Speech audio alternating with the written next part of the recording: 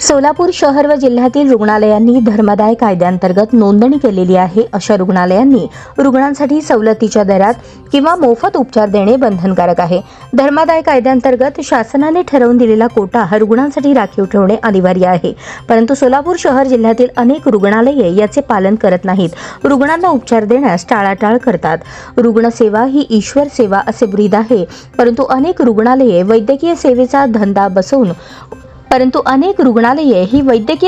धंदा उघडून बसलेली आहेत। रुग्णांकडून वारेमाप बेसुमार पैशांची लूट करणे असे प्रकार निदर्शनास येत आहेत।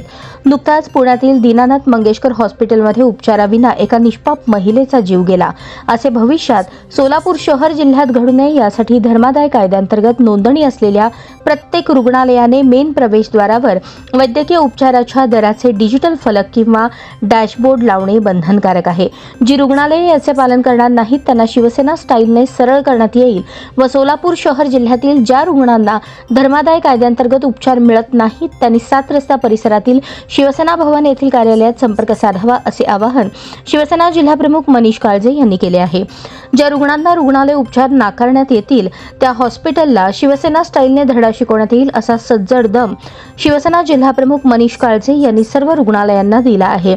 जी रुग्णालये या कायद्याचा अंमल करणार नाहीत त्या हॉस्पिटलची गय केली जाणार नसल्याचेही त्यांनी यावेळी आवर्जून सांगितले।